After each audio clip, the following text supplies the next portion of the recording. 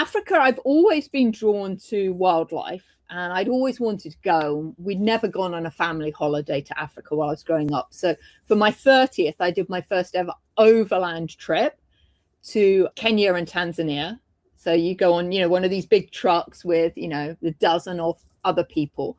And I was a bit reticent, if I'm honest, Chris. I was at Arthur Anderson at the time, and, I've got my corporate job, and I was a bit of a hairdryer. I preferred the finer things in life. I'd never really been camping before. I wasn't quite sure how I'd get on, but I absolutely loved it. So I first went there, and then subsequently went back to Africa a few other times. I did a trip the whole of way from Cape Town all the way up to Vic Falls. So that was like a month on an overland truck going through Namibia, Botswana, Zambia.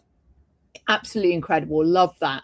And then have spent, as we'll discover a little bit later on, other times in the bush just outside of Johannesburg as well. But yeah, I love being out in the African bush. And I think it teaches you so much about resilience. And for me, my real aha moment came out in the African bush. And I don't know if you want me to share that now or later or... Sure. Okay. So there I am in Africa, and I went to Africa as part of my sabbatical after I'd been at this horse rescue in Colorado. I was in Namibia at the Elephant Human Relations Association. And what we did, we spent 1 week building stone walls to protect all the water pumps so that the elephants didn't come and knock them over and the locals still had access to water. And then next week we went on elephant patrol. And I remember one night we're sitting outside at the campfire and we're all chatting. And one of the girls there says to me, "Who's been swimming with dolphins?" And I went, "Yeah, I have." And then this was the question that really changed my life. She said, "Tell me about the experience. What was it like?" No idea. No idea. I know I went for my friend's 30th birthday. We went to Mexico. We swam with dolphins. But I can't tell you how I felt, what the experience was like, even really what we did there. And it was a real wake-up call for me because I realized I was going through life with this tick list. This is on my bucket list. Do this, do this, do this. And I was doing it all, but I wasn't present to what was going on around me.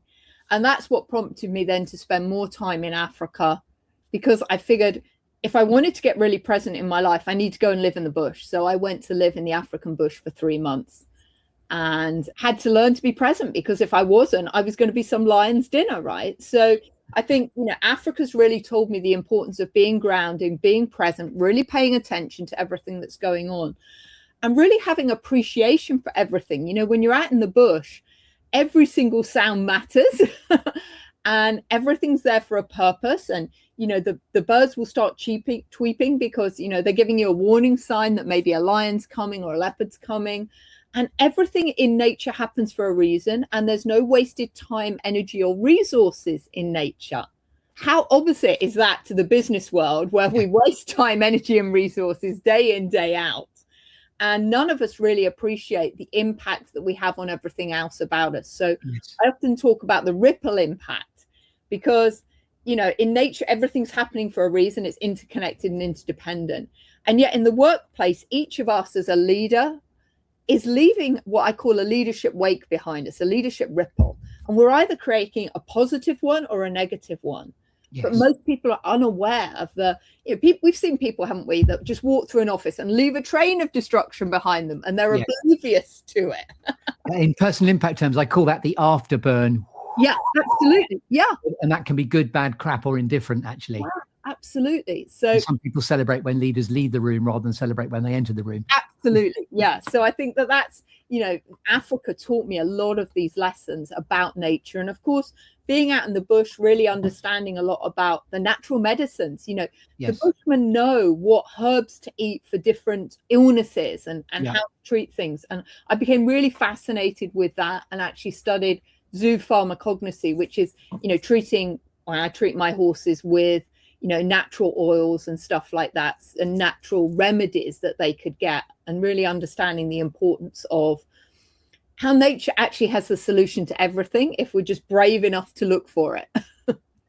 And the bushcraft sort of way of operating, then winding forward to the idea of horses actually force you to be present, because if you are elsewhere, they'll just zone out. So there's this, it's about empathy, isn't it? They are true empaths to what you bring into the arena in which you're working with them. Well, absolutely. And, you know, they're masters at reading energy.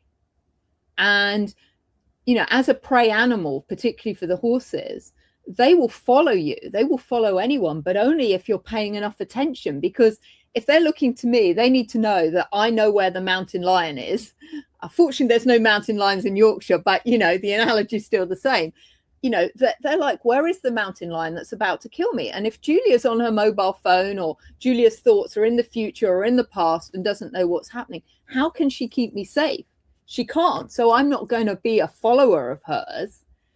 But again, we have a similar kind of dynamic going on in the workplace, where actually our team members want to feel safe with us, and they want to know that we've got their backs and we know what's going on, so that they can follow us effectively in the workplace, because otherwise they don't have that level of psychological safety. And then I was going to mention that's exactly what that is describing. It's the true nature of proper psychological safety, not just as a buzzword, but as a testament to being able to be truly present and you know, have people's backs and keep people safe.